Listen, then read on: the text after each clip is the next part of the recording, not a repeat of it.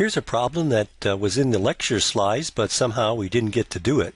This is the old throw a old car battery into the lake and see what has effect on the lead concentration problem. It's a problem I gave at a cooperative learning session a while back.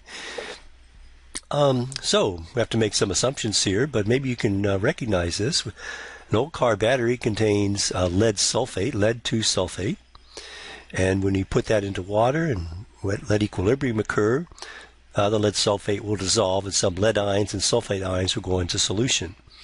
So the question is the lake saturated with lead sulfate?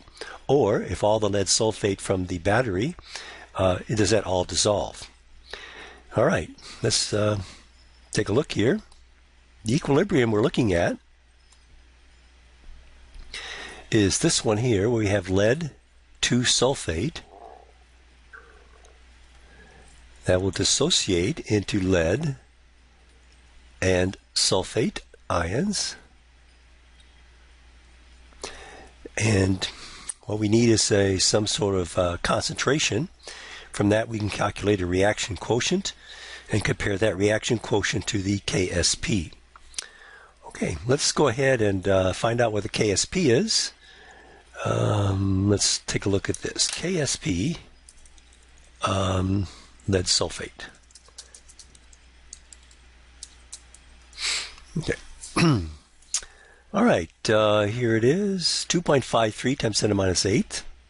Oh, but wait, it's 1.6 times 10 to the minus 8. No, it's, where's another one here? Let's look at another one here. Oh, it's 1.7 times 10 to the minus 8. Or if we look in TRO, it's 1.82 times 10 to the minus 8. So what is the KSP for lead sulfate? Well, I don't know. Our tax dollars go to pay for the National Institute of Scientists, National Institute of Standards, NIST.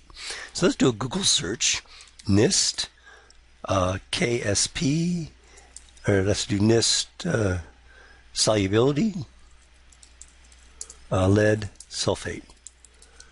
Okay, so we'll do a Google search of that. NIST stands for the National Institute of Standards. It's a government-funded agency and sets standards, or publishes data and so on. All right, let's take a look at this. This is from NIST.gov data. All right, so take a look at this. It's going back to the original data, original publication, to figure out what the KSP is. Okay, here's some solubility, some sparingly soluble lead salts. Make that a little bigger so we can see it. Okay.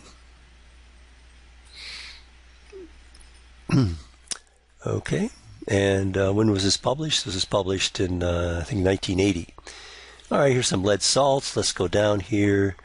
We'll look for lead sulfate, page 772. Okay, so page 772, I think that's, down here. A real slow computer here and has trouble catching up. Okay, it's published in 1980 in the Journal of Physicochemistry Reference Data. Okay, this is the original source material. What do we say, page 772? Let's see if we can find page 772.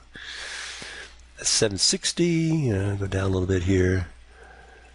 Page 766. Hey, hello. 7. They're getting closer. All right. So 771, 772. All right. Here we are. Lead sulfate. Okay, so let's look at some tables here. Okay, lead sulfate. Here's some values for lead sulfate. Oh, look, 1.5A, 47, 34, and so on. Here's some more values for lead sulfate, different temperatures.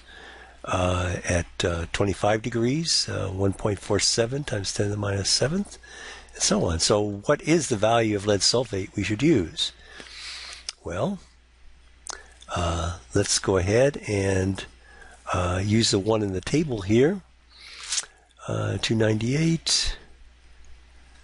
Get up here. Tentative values. Okay, so 298. Go away, the stupid Adobe Reader thing here. All right, we'll go down here. 298. 2.53 times 10 to the minus 8. So let's go ahead and use that one from the original literature. There's experimental error when you determine KSP and also the exact conditions. Ideally, you want to determine KSP where you extrapolate to zero concentration of other salts and so on. A lot of technical stuff. But let's use this one here, 2.53 times 10 to the minus 8th. All right, so KSP for this is 2.53 times 10 to the minus 8th. Now, we have to figure out what the concentration is of lead if we throw that old car battery into the nature preserve lake. I'm going to guess that the car battery from, if you ever lifted a car battery, my guess is around, I don't know, 20 pounds, let's say. That'd be about 9 kilograms. So the mass of lead sulfate is about equal to 9 times 10 to the third gram. Or in other words, 9 times 10 to the third gram, divided by the molar mass, 203 gram per mole. And that comes out to be, that's 303 gram per mole.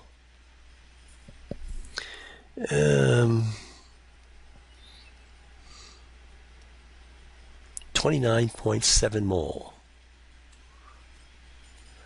Now we're going to dump this into the lake.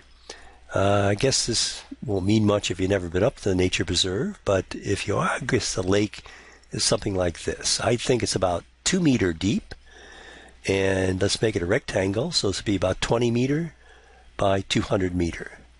That's my estimate. So this many moles is dumped into this volume. Let's convert that to liter. So 2 meter times 20 meter times 200. That's equal to 248, 8 times 10 to the 10 to the third meter cubed. And did you know that there are 10 to the third liter per meter cubed? How do I know that? Well, 1 liter is 1,000 centimeter cubed, and that's equal to 1 times 10 to the third. The centimeter is 10 to the minus 2 meter cubed. So this is 10 to the minus 3 meter cubed. So 1 liter is 10 to the minus 3 meter cubed, or 1 meter cubed is 1,000 liters. So that the volume of the lake is 8 times 10 to the third meter cubed times 10 to the third liter per meter cubed. So this is 8 times 10 to the sixth liter. So the concentration of lead and sulfate when we dump this into the nature preserve